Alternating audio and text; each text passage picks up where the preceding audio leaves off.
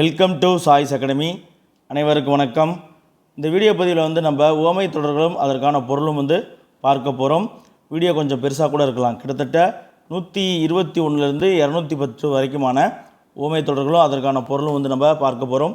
இதற்கு முந்தைய வீடியோ பதிவில் நம்ம ஒரு 120 உவமை தொடர்களுக்கான பொருள்கள் 2 பாகமாக போட்டிருப்போம். அதை பார்க்காதவங்க பார்த்துருங்க, கண்டிப்பாக உங்களுக்கு பயனுள்ளதாக இருக்கும். சரிங்களா? பாருங்கள், 121வது உவமை தொடர் பாருங்கள். அன்னம் போன்ற நடை. நடைக்கு ஊமையாக அன்னப்பறவை சொல்லுவாங்க. ஏன்னா அன்னப்பறவை நடந்து போகிறது அவ்வளோவா அழகாக இருக்கும். சரிங்களா? அடுத்து, அகழ்வாரை தாங்கும் நிலம் போல. இந்த ஊமை தொடரை விளக்கக்கூடிய பொருள் என்ன அப்படின்னு பார்த்தீங்கன்னா பொறுமை. சரிங்களா? தம்மை அகழக்கூடியவரை, அதாவது அகழ்தல் அப்படின்னா அந்த தோண்டுதல், தம்மை தோண்டுபவரையும் அந்த நிலம் தான் தாங்கிட்டு இருக்கு. அப்போ அந்த நிலத்தை, அந்த அளவுக்கு நிலம் பொறுமையானது. நம்ம திருக்குறளில் கூட படிச்சிருப்போம். அகழ்வாரை தாங்கும் நிலம் போல தம்மை இகழ்வார் பொறுத்தல் தலை. தம்மை தோண்டுபவரையும் நிலமானது தாங்கி பொறுமை காக்குது, அதுபோல் நம்ம இகழ்பவரையும் நம்ம பொறுத்து கொள்ளணும் அப்படின்னு அந்த குறளுடைய விளக்கம் சொல்லுது. அப்போ இந்த ஊமை தொடருக்கான விளக்கம் பொறுமை. அடுத்து பாருங்கள், அடுத்தது காட்டும் பளிங்கு போல. இந்த ஊமை தொடருக்கான பொருள் என்ன அப்படின்னு பார்த்தீங்கன்னா, நம்ம நெஞ்சத்தில் இருக்கக்கூடியதை முகமானது பளிச்சுன்னு காட்டிடும். சரிங்களா? இன்னொரு பழமொழியில் சொல்லுவாங்க இல்லையா, அகத்தின் அழகு முகத்தில் தெரியும் அப்படின்னு. அதற்கும் இதுவும் கிட்டத்தட்ட ஒற்றுமை உள்ளதான். சரிங்களா? இப்போ இந்த ஒரு ஊமை தொடரை கூட கொடுத்து இதற்கு தொடர்புடைய பழமொழியை நம்ம தேர்ந்தெடுங்க அப்படின்னாலும் நம்ம அதற்கு விடையளிக்க தெரியணும். சரிங்களா? அடுத்து பாருங்கள், அரியினோடு அரியினம் அடர்ப்ப போல. இது ஈ. சரிங்களா? அரியினோடு அரியினம் அடர்ப்ப போல. அரி அப்படின்னா சிங்கம். சரிங்களா? அப்போ ஒரு சிங்கமும் சண்டை போட்டது போல அப்படிங்கிறது எதற்கு ஊமையாக இந்த ஊமை தொடரை பயன்படுத்துகிறாங்க அப்படின்னா, சிங்கமும் சண்டை போடுது. சிங்கம் காட்டுக்கு ராஜா. அதுபோல் மன்னரோடு மன்னர் போர் புரிதல். அது சரிங்களா? மன்னரோடு மன்னர் போர் புரிதலுக்கான ஊமை தொடராக தான் இந்த ஊமை தொடர் அரியினோடு அரியினம் அடர்ப்ப போல அப்படிங்கிற ஊமை தொடரை பயன்படுத்துகிறாங்க. அடர்ப்ப அப்படின்னா என்னது? ஒன்றோடு ஒன்று மோதுதல் அப்படின்ற பொருள். சரிங்களா? அடுத்து, அழகுக்கு அழகு செய்வது போல. இந்த ஊமை தொடருக்கான பொருள் அழகுக்கே அழகு செய்கிறதுலாம் என்னது? பெருமைக்குரியதுக்கு மேலும் பெருமை சேர்த்தல், பெருமைக்கு பெருமை சேர்த்தல். சரிங்களா? அடுத்து, இணர் ஊத்தும் நாரா மலர் போல. சரிங்களா? இணர் ஊத்தும் நாரா மலர் போல. இது ஒரு திருக்குறளில் இருக்கக்கூடிய ஒரு ஊமை தான். சரிங்களா?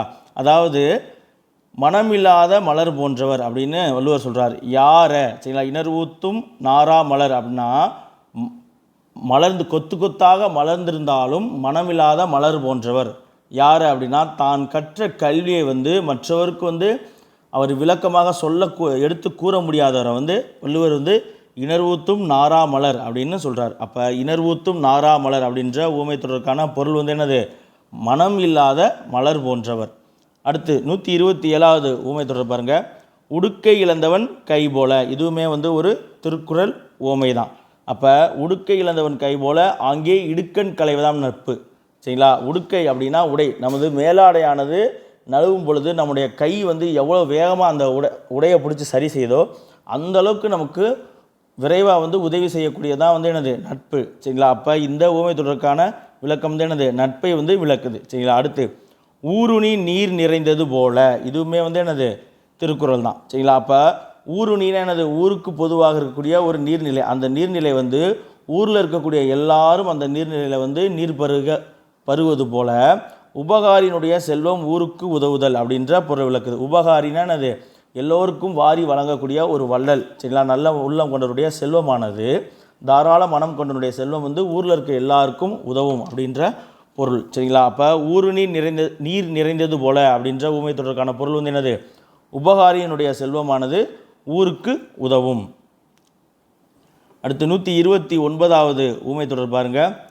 ஒருமையில் ஆமை போல. இதுவுமே திருக்குறள் தான். சரிங்களா? ஒருமையில் ஆமை போல அப்படின்னது ஆமை போல அடக்கமாக இருக்கணும். அடக்கம் அப்படிங்கிறது இந்த ஊமை தொடருக்கான பொருள். அடுத்து, கடலில் கரைத்த பெருங்காயம் போல. சரிங்களா? கடலில் கரைத்த பெருங்காயம் போல அப்படின்னா, கடலில் போய் நம்ம பெருங்காயத்தை கரைச்சோம்னா என்ன ஆகும்? அது நமக்கு பயனற்று போகும். அப்போ கடலில் கரைத்த பெருங்காயம் போல அப்படின்ற ஊமை தொடருக்கான பொருள் பயனற்ற செயல். அடுத்து, காற்றுள்ள போதே தூற்றிக்கொள். பழமொழியிலுமே நம்ம பார்த்துருப்போம். காற்றுள்ள போதே தூற்றிக்கொள் அப்படின்ற ஊமை தொடருக்கான பொருள் என்ன அப்படின்னு பார்த்தீங்கன்னா, அதாவது அந்த காலம் காத்திருக்கும் பொழுதே நம்ம தூத்துனாத்தான் நம்ம அந்த வேலையை செய்ய முடியும். அதுபோல் அதற்கான வாய்ப்பு வரும் பொழுதே அந்த காலம் வரும் பொழுதே அந்த வாய்ப்பை நம்ம பயன்படுத்தணும். அப்போ என்னது? வாய்ப்பை பயன்படுத்துதல் அப்படிங்கிறது இந்த ஊமை தொடருக்கான பொருள். அடுத்து, கிணறு வெட்ட பூதம் கிளம்பியது போல. இந்த தொடருக்கான விளக்கம் என்னன்னு பாருங்கள். நம்ம கிணறு வெட்டும் போது பூதம் கிளம்பும் நம்ம என்ன எதிர்பார்த்தா போவோம்? கிடையாது. தண்ணி வரும்னு வேணால் எதிர்பார்த்துருப்போம். அப்போ கிணறு வெட்ட பூதம் கிளம்பியது போல அப்படின்னா என்னது? எதிர்பாராத செயல், இல்லைன்னா எதிர்பாராத ஒரு துன்பத்துக்கு வந்து இந்த ஊமையை வந்து பயன்படுத்துவாங்க. சரிங்களா? அடுத்து குன்றேறி யானை போர். சரிங்களா? யானை போர் கண்டது போல. சரிங்களா? குன்றின் மீது ஒருவன் ஏறி நின்று யானை போரை பார்ப்பது வந்து பாதுகாப்பானது. இது வந்து ஒரு திருக்குறள் உவமை தான். சரிங்களா? பாருங்கள், திருக்குறளையே எவ்வளோ உவமைகள் வந்து நமக்கு இருக்குது அப்படின்னு.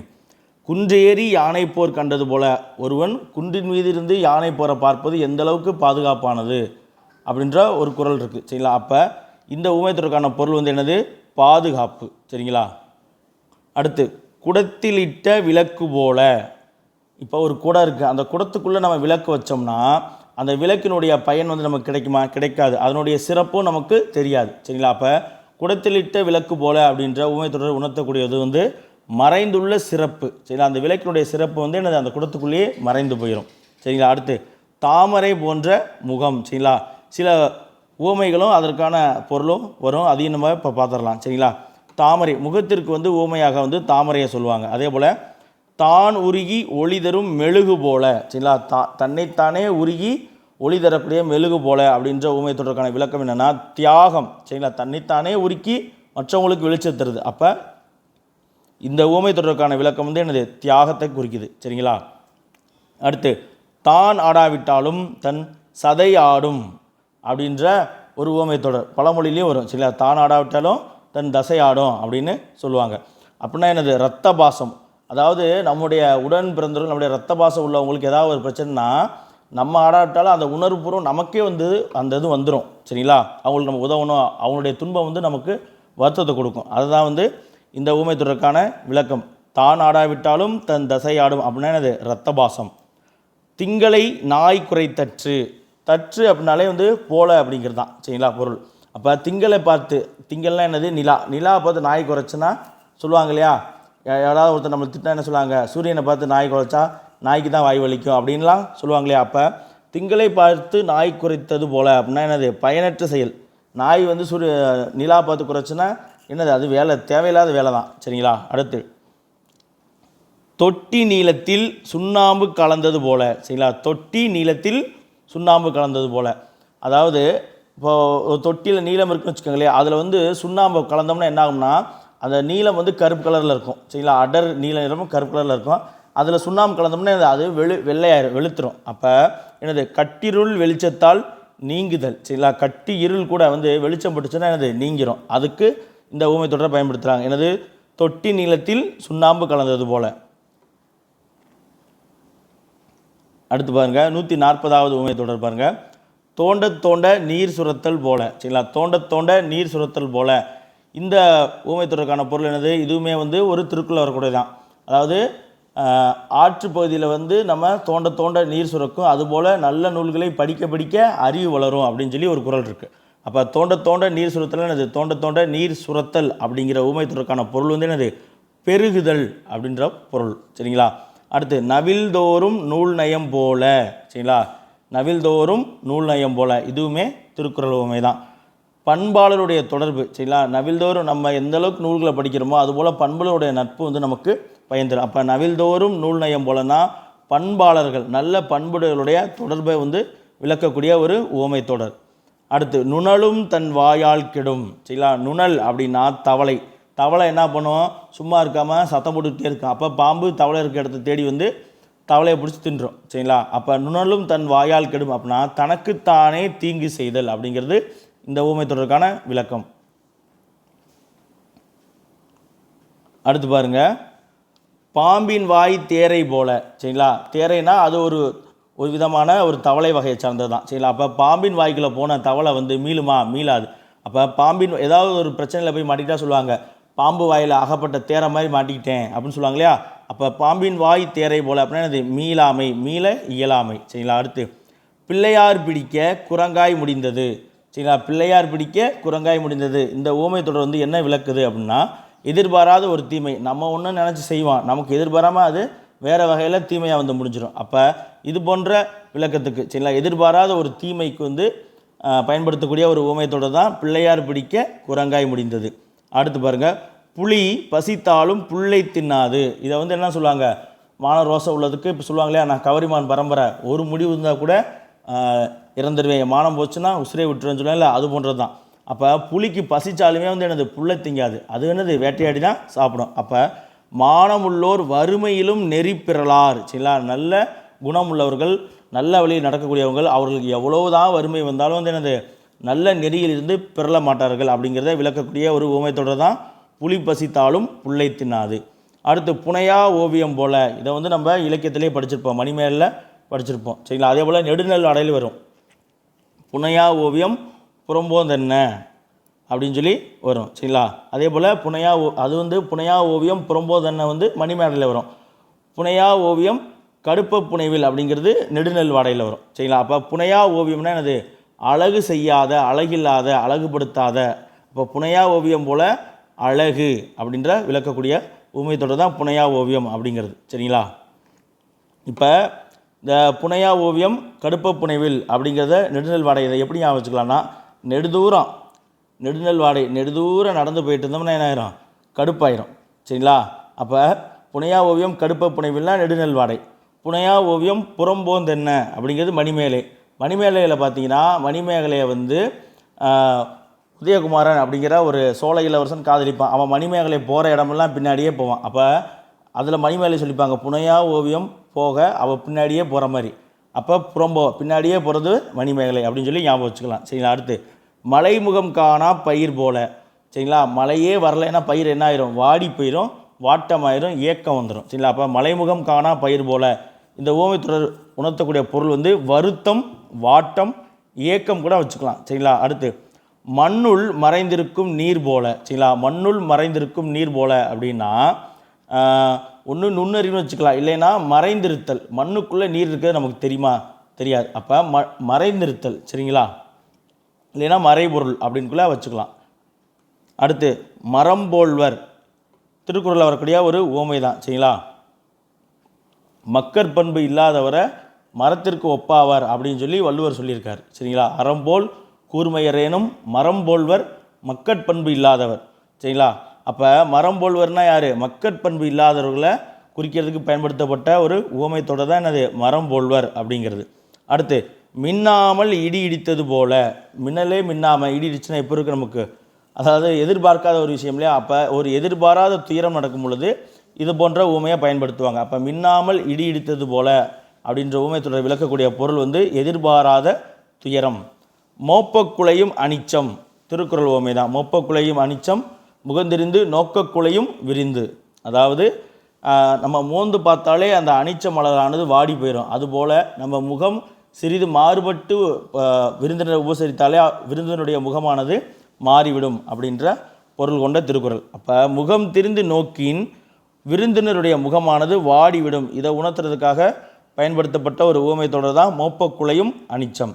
அடுத்து வளர்பிறை போல. இப்போ யாராவது ஒரு வாழ்த்து பெறுறாங்க, ஒருத்தட்ட ஒரு பெரியவர்கிட்ட வந்து ஒரு வாழ்த்து வாங்குறாங்கன்னா என்ன சொல்லுவாங்க, உன்னுடைய புகழ், ஆயுள், செல்வம் எல்லாமே உனக்கு வளர்பிறை போல் வளரணும் அப்படின்னு சொல்லி வாழ்த்துவாங்க. அப்படின்னா அது வளர்பிறை போலன்னு அது வளர்பிறை வளர்ந்துக்கிட்டே போகும். அப்போ வளர்பிறை போல அப்படின்ற ஊமை தொடர் வந்து வளர்ச்சியை உணர்த்துது. சரிங்களா, அடுத்து வெண்ணிலாவும் வானும் போல. சரிங்களா, வெண்ணிலாவும் வானும் போல. வெண்ணிலாவும் வானும் எப்படி இருக்கும், ரெண்டும் ஒன்றா தான் இருக்கும். சரிங்களா, நெருங்கிய நட்பு. சரிங்களா, வெண்ணிலாவும் வானும் போலனா நெருங்கிய நட்பு. அடுத்து சில ஊமைகள் பார்த்துடலாமா. கயல் போன்ற கண், கயல்னா மீன். சரிங்களா, கயல் போன்ற கண், கண்ணுக்கு வந்து மீனை ஊமையாக பயன்படுத்துகிறாங்க. அதே போல் காந்தல் போன்ற விரல். காந்தல்னா அந்த செங்காந்தல் மலர் இருக்குது பார்த்தீங்களா, தமிழ்நாட்டினுடைய மாநில மலரான செங்காந்தல் மலர். அது வந்து நீளமாக சிவப்பாக இருக்குது, விரல் போன்று இருக்கும். அப்போ அந்த அழகான மங்கையனுடைய விரலுக்கு வந்து இந்த காந்தல் மலரை வந்து ஊமையாக பயன்படுத்தியிருக்காங்க. சரிங்களா, அப்போ காந்தல் போன்ற விரல். அடுத்து குவளை போன்ற கண், குவளை மலர் இருக்குது பார்த்தீங்களா, குவளை மலர் போன்ற கண் அப்படின்னு சொல்லி ஊமையாக பயன்படுத்தியிருக்காங்க. அதே போல் கோவை போன்ற இதழ், கோவை பழருக்கு பார்த்தீங்களா நல்லா சிவப்பாக இருக்கும்.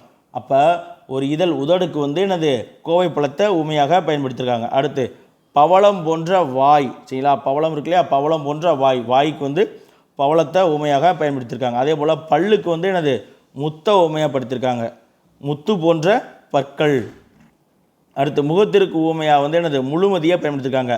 அதாவது நல்ல பிரகாசமான நல்ல ஒரு அழகான முகத்துக்கு என்ன சொல்லுவாங்க, நல்ல முழுமதி போன்ற நல்ல முகம். நம்ம ஜோதா அக்பர் படத்தில் கூட பாட்டு வரும் இல்லையா, முழுமதி அவளது முகமாகும் அப்படின்னு ஒரு அழகான பாடல் இருக்கும். சரிங்களா. அடுத்து பாருங்கள், மேகம் போன்ற கூந்தல், அதாவது கருமேகம் போன்ற கூந்தல் அப்படின்ற உமையை பயன்படுத்துவாங்க. சரிங்களா. மேகம் அப்படியே கருப்பு கலரில் அப்படியே அடர்ந்துறது எப்படி இருக்கும், தலைவியினுடைய கூந்தலுக்கு ஊமையாக பயன்படுத்தப்பட்டது.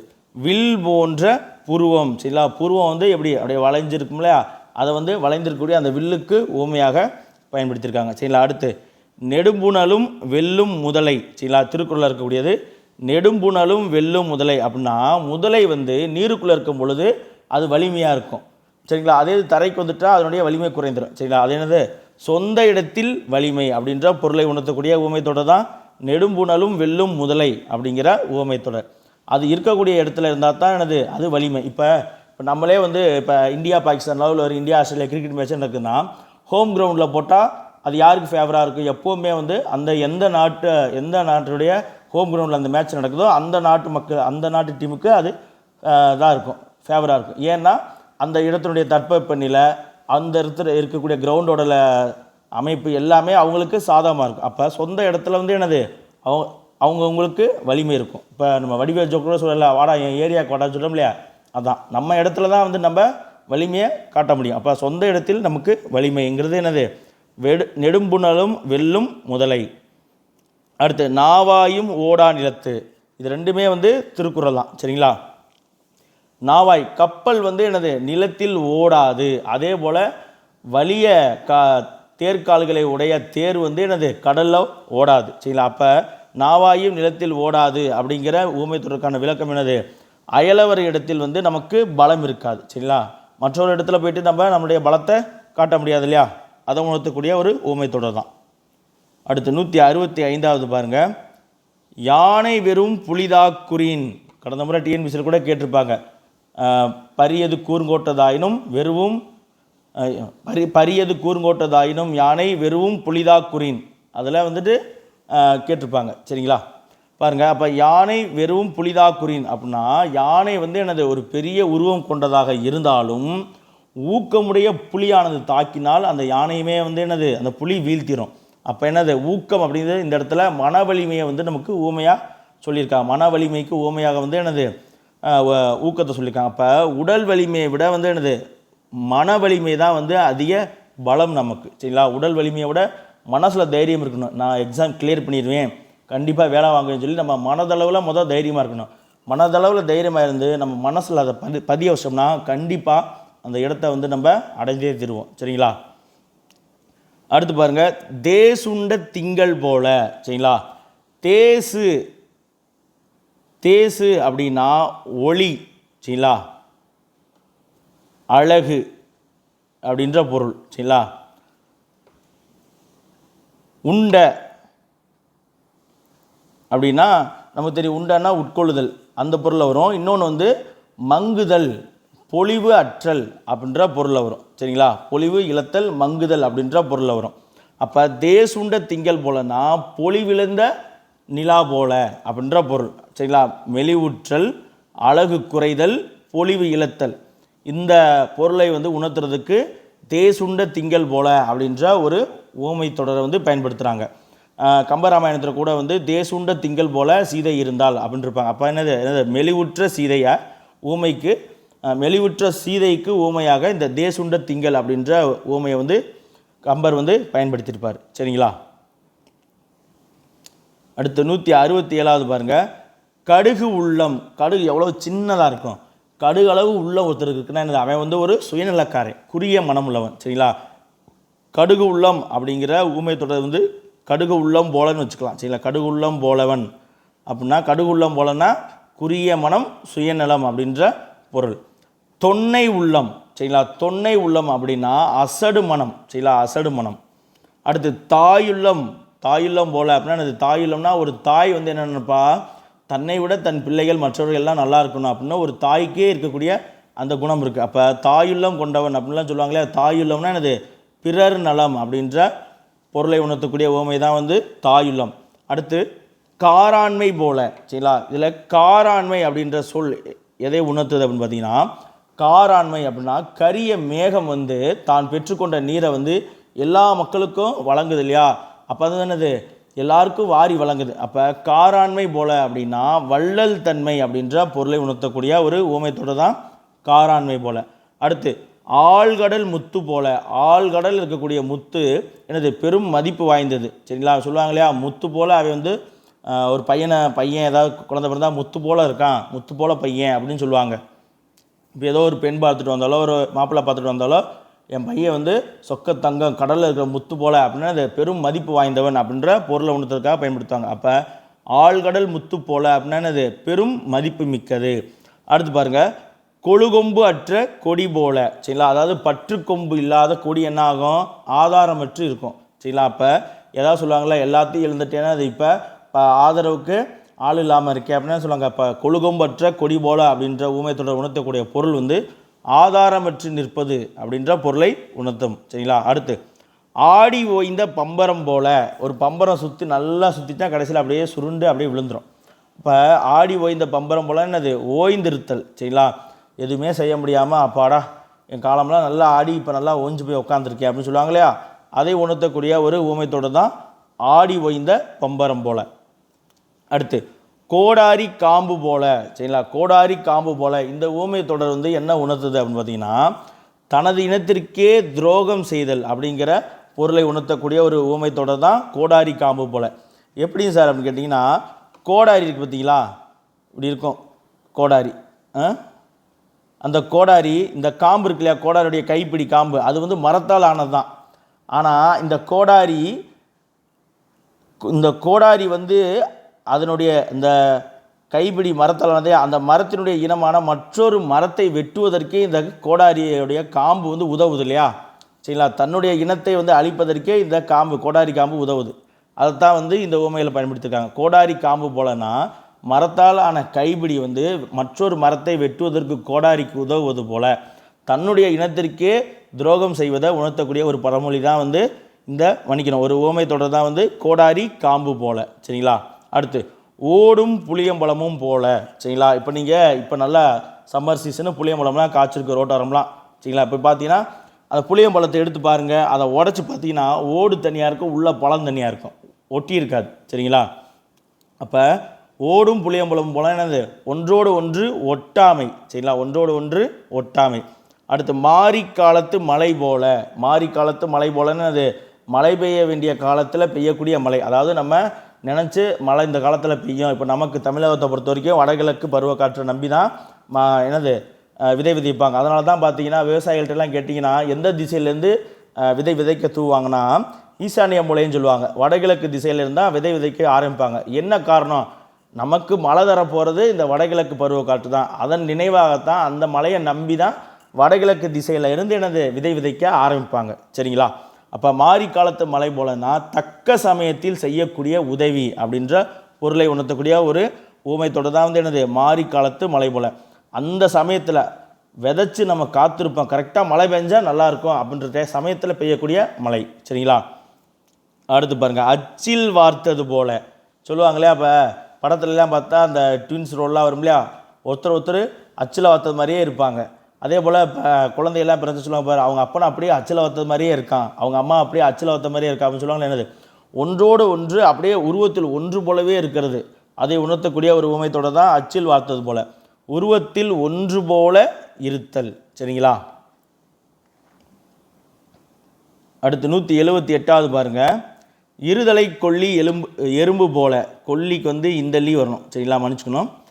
சரி, இருதலை கொல்லி எறும்பு போல். இப்போ வீட்டிலலாம் சண்டைகள் வந்துச்சுன்னா ஏதாவது சொல்லுவாங்க, அதாவது ரெண்டு பக்கமும் இப்போ ரெண்டு நண்பர்களுக்கு மத்தியில் ஒருத்தர் மாட்டிக்கிட்டு ஏதாவது வருதுன்னா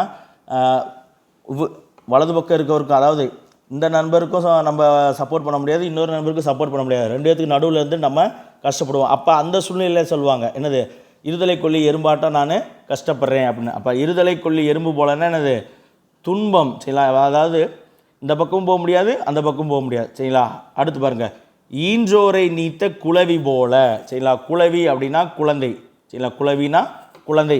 அதே போல் குளவி அப்படின்னு சொல்லி முருகனையும் குறிப்பாங்க. சரிங்களா, ஏன்னா முருகன்னாலே இளமை, அழகு, குழந்தை அப்படின்ற பொருள். சரிங்களா, பழையோள் குளவி அப்படின்னு சொல்லி முருகனை சொல்லுவாங்க. பழையோள் அப்படின்னா பழங்காலமாக நம்ம வணங்கக்கூடிய முன்னவள் யார், காளி கொற்றவை இருக்காங்களே அவங்கள தான் வந்து பழையோள் அப்படின்வாங்க. அந்த பழையோளுடைய மகன் பழையோளுடைய குழந்தை தான் வந்து முருகன். அப்படிங்கிறதுக்கு முருகனை வந்து என்னது பழையோள் குளவி அப்படின்னும் சொல்லுவாங்க. சரி, ஈன்றோரை நீத்த குளவி அப்படின்னா தன்னை பெற்றோர்களை நீங்கிய அவர்களை விட்டு நீங்கிய குழந்தையை வந்து என்ன அடையும், துன்பம் அடையும். சரிங்களா? அப்போ இந்த ஊமை தொடருக்கான பொருள் வந்து என்னது, துன்பம். அடுத்து நமக்கு தெரிஞ்சதான் சிலை மேல் எழுத்து போல. சிலை மேல் எழுதுனோம்னா என்னது, இன்னைக்கு வரைக்கும் நம்ம பல கோயில்களில் கற்களில் வந்துட்டு பொறிச்சு வச்சது இன்னைக்கு வரைக்கும் காலம் கடந்து நிற்குது இல்லையா? அப்போ சிலை மேல் எழுத்து போல அப்படின்ற ஊமை தொடர் உணர்த்தக்கூடியது வந்து என்னது, நிலை பெற்று இருத்தல், நீண்ட காலமாக நிலை பெற்று இருத்தல். சரிங்களா? அடுத்து பச்சை கம்பளம் விரித்தார் போல. இப்போ நல்ல ஒரு வயல் காட்டுக்கெலாம் போனால் நம்ம சொல்லுவோம் இல்லையா, நல்ல பச்சை பசேல்னு பச்சை கம்பளத்தை விரித்த மாதிரி இருக்குன்னு. அப்போ எங்கும் பசுமை. சரிங்களா? பச்சை கம்பளம் விரித்தார் போல அப்படின்ற ஊமை வந்து ஊமை தொடர் எதற்கு பயன்படுத்தப்படுது, எல்லா பக்கமும் பார்க்க பசுமையாக இருக்கிறதுக்கு பயன்படுத்துவோம். சரிங்களா? அப்புறம் இன்னொரு பழமொழி இருக்குது, தூரத்து பசுமை கண்ணுக்கு குளிர்ச்சி அப்படின்னு சொல்லுவாங்க. தூரத்து பசுமை கண்ணுக்கு குளிர்ச்சின்னுவாங்க. அது எதனுடைய தொடர்புனா என்ன சொல்லுவாங்க, அக்கறைக்கு இக்கரை, அதாவது தூரத்துலேருந்து பார்த்தா எல்லாமே பசுமையாக தெரியும் சொல்லுவாங்களே, அக்கறைக்கு இக்கரை பச்சைன்னு சொல்லுவாங்களே, அதனுடைய தொடர்புடைய ஒரு பழமொழி தான்.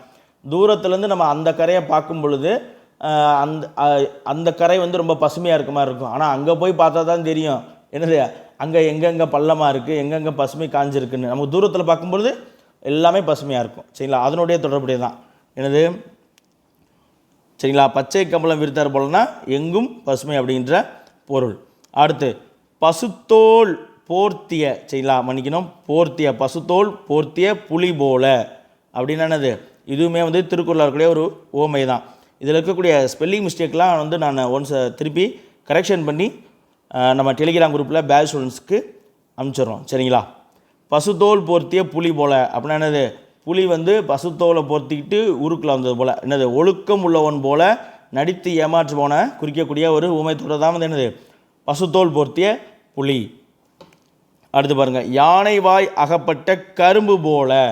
யானை வாயில் வந்து கரும்பு போச்சுன்னா அந்த கரும்பு மீண்டு வருமா, வராது, ஒன்றுமே செய்ய முடியாது, மீள முடியாமை, இல்லைன்னா ஒன்றும் செய்ய முடியாத நிலை. ஏதோ ஒரு பிரச்சனை போய் மாட்டிட்டோம்னா என்ன சொல்லுவாங்க, யானை வாயில் ஆகப்பட்ட கரும்பு மாதிரி ஆகிப்போச்சு என் நிலைமை அப்படின்னு சொல்லுவோம் இல்லையா? அப்போ ஒன்றுமே செய்ய முடியாத நிலை.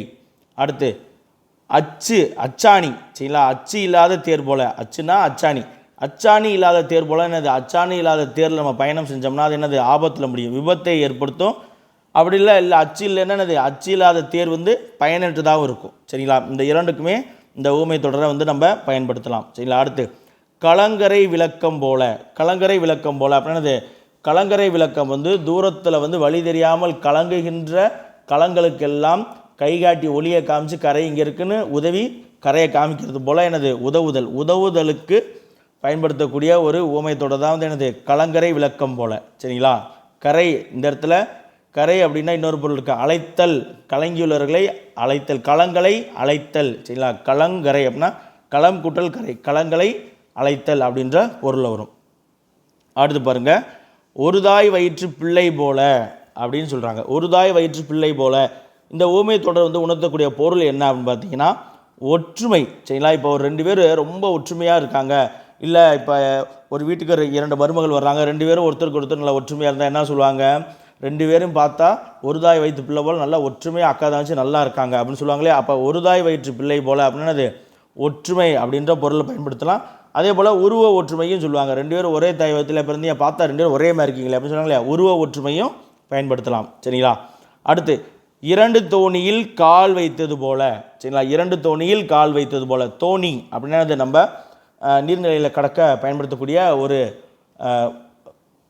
படகு போன்றது தான் தோணி. தோணின்னா நல்ல ஒரு பருத்த பனை மரம் இருக்குது பார்த்தீங்களா, நல்ல ஒரு பெரிய பருத்த பனை மரத்தை 2ஆக பிளந்து பனை மரத்தை வந்து தோண்டுவாங்க, உட்புறமாக தோண்டி தோண்டி தோண்டி ஒரு படகு மாதிரி செய்வாங்க, சில நீளமாக. அதை தான் வந்து தோணி அப்படின்னு சொல்லுவாங்க. தோணிங்கிறது பருத்த பனை மரத்துலேருந்து செய்யக்கூடியது.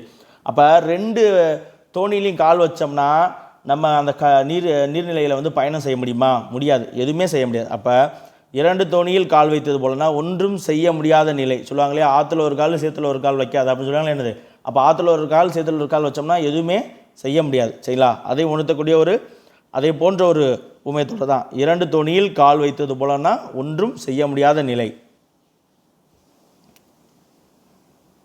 அடுத்து பாருங்கள், தலை இருக்க வாள் ஆடுவது போல. நம்ம தீனா படம் அஜித் படத்தில் பார்த்துருப்போம், தலை இருக்கும்போது வாள் ஆடாத அப்படின்னு சொல்லுவாங்க இல்லையா. தலை இருக்க வாள் ஆடுவது போல இந்த ஊமை தொடர் என்ன பொருளை உணர்த்துதுன்னா, உரியவரை மீறி, சரிங்களா, செய்ய வேண்டிய ஆள் உரியவரை மீறி அதை சார்ந்திருக்க மற்றவர்கள் வந்து எனது முன்னால் நிற்கிறது, முன்னுக்கு நிற்கிறது தான் வந்து உணர்த்தக்கூடிய ஒரு பழமொழி, ஒரு ஊமை தொடர் தான் இந்த தலையிருக்க வாள் ஆடுவது போல. செய்ய வேண்டியவன் செய்யதை விட்டுவிட்டு மற்றவன் போய் செய்வான் இல்லையா, அதற்கு சொல்கிறது. சரிங்களா. அடுத்து வெள்ளிடை மலை போல. சரிங்களா, வெள்ளிடை மலை போலனா வெளிப்பட்டு இருக்கக்கூடிய அந்த மலை வந்து நமக்கு எப்படி தெரியும், உயர்ந்து வெளிப்பட்டு இருக்கக்கூடிய மலை வந்து நமக்கு தெல்ல தெளிவாக தெரியும் தூரத்துலேருந்து, இப்போ எவ்வளோ தூரத்துலேருந்து பார்த்தாலும். அப்போ வெள்ளிடை மலை போலனா தெல்ல தெளிவாக காட்சியளித்தல். சரிங்களா, தெல்ல தெளிவு. அடுத்து பாருங்கள், அணை கடந்த வெள்ளம் போல. அணை கடந்த வெள்ளம் போலனா அணையை விட்டு கடந்து வர்ற வெள்ளம் எப்படி கட்டு கடங்காமல் வரும். சரிங்களா, அப்போ அணை கடந்த வெள்ளம் போல அப்படின்ற ஊமை தொடர்க்கான பொருள் வந்து என்னது, கட்டுக்கடங்காதது. சரிங்களா. அடுத்து பாருங்கள், 191 வைக்கோர் போர் நாய் போல. சரிங்களா, வைக்கோர் போர் நாய் போல புதுசாக இருக்கா. அதாவது ஊரில் என்ன சொல்லுவாங்க, அவன் கணக்கு நான் வைக்க போகிற காத்த நாய் மாதிரி இருக்கேன் அப்படின்னு சொல்லுவாங்க. என்ன அப்படின்னு பார்த்தீங்கன்னா, இப்போ நாய் வந்து வைக்க போகிற காவலுக்கு வச்சோம்னு வச்சுக்கோங்க, அந்த நாயும் வைக்க போகிற திங்காது. சரிங்களா, அந்த வைக்க போகிற திங்க வர ஆடு மாடுகளே அந்த நாய் குறைச்சி விரட்டி விட்டுரும். சரிங்களா, தானும் அனுபவிக்காமல் மற்றவங்களையும் அனுபவிக்க விடாமல் செய்யக்கூடிய நபர்களை, செய்யக்கூடிய குணமுள்ளவர்களை வந்து குறிப்பதற்கு பயன்படுத்தப்பட்ட ஒரு ஊமை தொடர் தான் என்னது, வைக்கோர் போர் நாய் போல, இல்லைன்னா வைக்கோர் போரை காத்த நாய் போல அப்படின்னு சொல்லுவாங்க. என்னது, தானும் அனுபவிக்காமல் பிறரையும் அனுமதிக்காமல் என்னது தடுக்கிறது. சரிங்களா. அடுத்து தூண்டிலில் ஆகப்பட்ட மீன் போல. சரிங்களா, இது சொல்லுவோம் பிரச்சனையில் மாட்டும் போது தான், என்னது தூண்டில் ஆகப்பட்ட மீன் மாதிரி தப்பிக்கிறதுக்கு வழியே இல்லை. சரிங்களா, மீள முடியாத துன்பம். அடுத்து நுனிப்புல் மேய்ந்தது போல. நம்ம எல்லாருக்கும் தெரிஞ்சுக்கொள்ள வேண்டியது, தேர்வுக்கு நம்ம படிக்கிறோம்னா என்னது, நம்ம 5 மணி நேரம் 6 மணி நேரம் உட்காந்து இந்த நுனிப்புல் மேய்ஞ்ச மாதிரி மேலோட்டமாக படிக்கிறது வந்து நமக்கு பயன் தராது. ஆழ படிக்கணும், நல்லா ஆழ்ந்து அந்த விஷயத்தை உள்வாங்கி காட்சிப்படுத்தி புரிஞ்சுக்கிட்டு அதில் இருக்கக்கூடிய தகவல்கள் பூரா மனசில் பதிய வச்சு படிக்கணும். அப்போ நுனிப்புல் மேய்ந்தது போல அப்படின்ற ஊமை தொடர் என்ன உணர்த்துது, மேலோட்டமாக படித்தல், இல்லைன்னா எந்த காரியத்தையும் மேலோட்டமாக செய்யக்கூடியதை உணர்த்தக்கூடிய ஒரு ஊமை தொடர் தான் வந்து என்னது, நுனிப்புல் மேய்ந்தது போல. ஆழ்கடல் முத்து போல பெருமதிப்பு மிக்கது, நம்ம ஏற்கனவே பார்த்துட்டோம். சரிங்களா. அடுத்து சாயம் வெளுத்து போனது போல. யாராவது ஒருத்தன் பிரச்சனையில் ஒரு தவறானே மாட்டிட்டானே சொல்லுவாங்க, பார்த்தியா உன் குட்டு வெளிப்பட்டுருச்சு, உன் சாயம் வெளுத்துருச்சா அப்படின்னு சொல்லுவோம்ல, ஏமாற்றுக்காரன். சரிங்களா, உண்மை தோற்றம் தெரிதல். சரிங்களா, சாயம் வெளுத்து போனது போலன்னா என்னது, உண்மை தோற்றம் தெரிதல். இதே போல் என்னது, சாயம் போன சீலை அப்படின்னு சொல்லுவோம். சாயம் போன சீலைன்னா என்னது, மதிப்பிழந்து போயிடுது. சரிங்களா. அடுத்து பாருங்கள், செம்புல பெயல் நீர் போல. சரிங்களா, செம்மண் நிலத்தில் பெய்த மழை, அந்த நீர் கலந்த நீர் வந்து அது ரெண்டும் சேர்ந்து அந்த செம்மை நிறத்தை அடைவது போல. என்னது, ஒன்றோடு ஒன்று ஒரு தன்மையாதல். சரிங்களா, ஒரே தன்மையாதலை உணர்த்தக்கூடியது தான் வந்து செம்புல பெயல் நீர் போல அப்படின்ற ஊமை தொடர். வாள் போன்ற அறிவு வந்து என்னது, கூர்மையாக இருக்கணும். வாள் எவ்வளோ கூர்மையாக இருக்கோ அந்தளவுக்கு அறிவு கூர்மையாக இருக்கணும். சரிங்களா. தோண்ட தோண்ட நீர் சுரத்தல் போல, என்னது, பெருகுதல், நம்ம ஏற்கனவே பார்த்துட்டோம். சரிங்களா.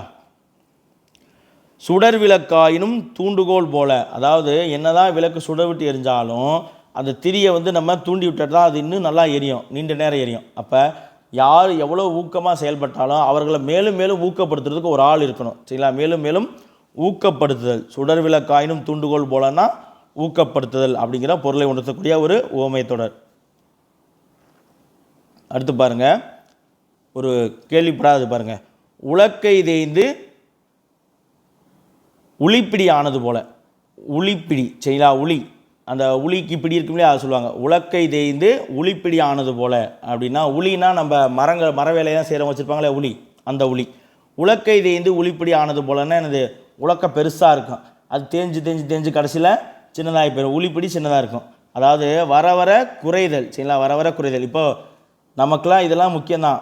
நம்ம படிக்கும் பொழுது என்னது, உலக்க தேஞ்சு உளிப்பிடி ஆன கதை மாதிரி நம்ம படிக்கிற படிப்பு ஆயிடக்கூடாது. சரிங்களா, எப்போவுமே நம்ம தொடர்ந்து படிச்சுக்கிட்டே இருக்கணும். கொஞ்சம் கொஞ்சமாக போக போக போக படிக்கிறதை குறைச்சிக்கிட்டோம்னா நமக்கு தேர்வு நெருங்கும் பொழுது நிறையா படங்கள் நம்ம படிக்காமல் போயிடுவோம். சரிங்களா. அப்போ உலக்கை தேய்ந்து உளிப்பிடி ஆனது போல அப்படின்னா வர வர குறைதல். அடுத்து எட்டி பழுத்தார் போல. எட்டி அப்படிங்கிறது ஒரு வகை கசப்பு பழம். சரிங்களா, கசப்பு காய், கசப்பு பழம் பழுத்துச்சுன்னா யாருக்கு பயன், யாருக்குமே பயன் இல்லை. அப்போ எட்டி பழுத்தார் போலன்னு அது பயனற்றது. சரிங்களா.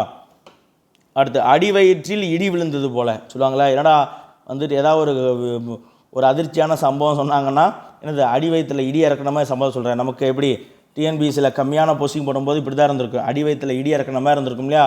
என்னது கொடும் துன்பம். சரிங்களா, கொடும் துன்பம். அடுத்து அம்புபட்ட மான் போல, மானம் மீது நம்ம அம்பு எய்தாங்கன்னு அந்த உயிர் துடிப்பு, அந்த உயிருக்காக உயிர் பிரிந்து துடிக்கும் இல்லையா, அதான் அம்புபட்ட மான் போல எனது துடிக்கிறது. அடுத்து ஆண்டிகள் கூடி மடம் கட்டினது போல், இதுவுமே நமக்கு தேர்வில் கட்டுதான். ஆண்டிகள் கூடி மடம் கட்டினது போல் என்னென்னா, ஊராக போய் பிச்சை எடுப்பாங்களே அவங்கள தான் வந்து ஆண்டிகள் வாங்க. அவங்கெல்லாம் போயிட்டு நைட்டு ஒரு இடத்துல தங்குவாங்க, அப்புறம் பகல் பூரா போய் அலைந்து திரிந்து பிச்சை எடுத்துகிட்டு வருவாங்க. அப்புறம் வந்துட்டு எல்லோரும் உட்காந்து சரி நமக்குன்னு நம்ம ஒரு மடம் கட்டி அதில் நம்ம குடியிருக்கலாம் அப்படின்னு பேசுவாங்க. ஆனால் என்ன பண்ணுவாங்க, அதை செயல்படுத்த மாட்டாங்க. நைட்டு உட்காந்து பேசுவாங்க, காலையில் எழுந்திரிச்சு அவங்கவுங்க பாட்டுக்க அவங்க வேலையை பார்க்க பிச்சை எடுக்க கிளம்பிடுவாங்க. அது வந்து எனது ஒரு பயனும் இல்லை, ஒரு உருவாகாத திட்டம். சரிங்களா, ஒரு முற்று பெறாத திட்டம், ஒரு உருவாகாத திட்டத்தை உணர்த்தக்கூடிய ஒரு உவமை தொடர் தான் மரபு தொடராகவும் பயன்படுத்துவாங்க. ஆண்டிகள் கூடி மடம் கட்டினது போல. சரிங்களா, இனம் பிரிந்த மான் போல. சரிங்களா, இனம் பிரிந்த மான் போலனா, இனம் அப்படின்னா என்னது, அதனுடைய இனம், அதனுடைய துணையை பிரிந்த மான் வந்து என்னது ஒரு பெரிதளவு தெரியுது. அதனுடைய ஜோடி இருக்கும் இல்லையா, அந்த ஜோடி பிரிந்துச்சுன்னா அந்த மான் எவ்வளோ வருத்தப்படும். அப்போ இனம் பிரிந்த மான் போல அப்படின்னா என்னது, பிரிவு துயர். சரிங்களா, இந்த ஊமை தொடர் உணர்த்தக்கூடிய பொருள் வந்து பிரிவு துயர். உருவும் நிழலும் போல. சரிங்களா, உருவமும் நிழலும் போல. நம்ம உருவம் போதுன்னா அது எந்த ஒரு உருவம் இருந்தாலும் அதை கூடயே வந்து பின்னாடியே வந்து என்னது நிழல் தொடர்ந்து போகும். அப்போ உருவும் நிழலும் போலன்னா அது பிரியா நட்பு. சரிங்களா, அடுத்து எரிகிற நெருப்பில் எண்ணெய் வார்த்தல் போல. சரிங்களா, எரிகிற நெருப்பில் எண்ணெய் வார்த்தல் போல சொல்லுவாங்களே, ஏன்டா எரிய நெருப்பில் எண்ணெய் ஊற்றாத, நீ வேற ஏற்கனவே அவன் கோவத்தில் இருக்கான், நீ வேற எரிய நெருப்பில் எண்ணெயை ஊற்றுற அப்படின்வாங்க. என்னது தூண்டி விடுவாங்களே அவங்கள சொல்லுவாங்க. அப்போ எரிகிற நெருப்பில் எண்ணெய் வார்த்தது போல் என்னது தூண்டி விடுதல். அடுத்து ஏற விட்டு ஏணி எடுத்தார் போல், நம்ம கேள்விப்படாது. ஏற விட்டு ஏணி எடுத்தார் போல், நீ போப்பா நீ மேலே ஏறு நான் பார்த்துக்கிறேன் அப்படின்னு சொல்லி ஏணியில் ஏறி மேலே போனோடனே ஏணி எடுத்து கீழே தள்ளி விட்டால் இறங்க முடியாதுல்ல. என்னது போக விட்டு கெடுத்தல். சரிங்களா, முன் போக விட்டு கெடுத்தல், இல்லைன்னா விட்டு கெடுத்தல் அப்படின்ற பொருளை உணர்த்தக்கூடிய ஒரு உவமை தொடர் தான் ஏற விட்டு ஏணி எடுத்தார் போல். எடுப்பார் கைப்பிள்ளை போல. சரிங்களா, எடுப்பார் கைப்பிள்ளை போலனா சுய அறிவு இல்லாமல் யார் என்ன சொன்னாலும் அவங்க பேச்சை கேட்டு நடப்பாங்க. சரிங்களா, யார் என்ன சொன்னாலும் அதை கேட்டு நடக்கக்கூடியவங்க, சுய அறிவு அற்றவர். சொல்லுவாங்க இல்லையா, பிள்ளைன்னா ஒன்று சொல் புத்தி இருக்கணும், இல்லைன்னா சுய புத்தி இருக்கணும் அப்படின்னு சொல்லுவாங்க. சுய புத்தினா நாமே யோசித்து சிந்தித்து செய்யக்கூடியது, சொல் புத்தினா நல்லவங்க சொல்லக்கூடியதை கேட்டு செய்யக்கூடிய அறிவு. அதுவுமே ரெண்டுமே இல்லாதவங்கள தான் வந்து என்னது எடுப்பார் கைப்பிள்ளைன்னுவாங்க. யார் என்ன சொன்னாலும் அதை கேட்டு ஆமாஞ்சாமி போடுறவங்க, சுய அறிவு அற்றவர். 1000 காலத்து பயிர் போல, நமக்கு தெரிஞ்சது 1000 காலத்து பயிர் போல. என்னது கல்யாணத்துக்கு சொல்லுவாங்க 1000 காலத்து பயிர் கல்யாணம். என்னது நீண்ட காலம் நீடித்து இருத்தல வந்து என்னது 1000 காலத்து பயிர் போல அப்படின்ற ஊமை தொடர் மூலமாக விளக்குவாங்க. சரிங்களா, ஓகே. இந்த ஊமை தொடர் வந்து கிட்டத்தட்ட வந்து நம்ம 3 வீடியோ பதிவில் 210 ஊமை தொடர்கள் வந்து பார்த்துருக்கோம். இதே தவிர அங்கங்கே சில ஊமை தொடர்கள் இருக்குது, அதில் ரிப்பீட்டட்ஸும் நிறையா இருக்குது, புதுமையான ஊமை தொடர்களும் ஒரு சிலது இருக்கும். மேலும் எது ஊமை தொடர்கள் மற்ற புத்தகங்களை நான் பார்த்தேன்னா உங்களுக்கு அதையும் கூட தொகுத்து நடத்தி கொடுக்குறேன்.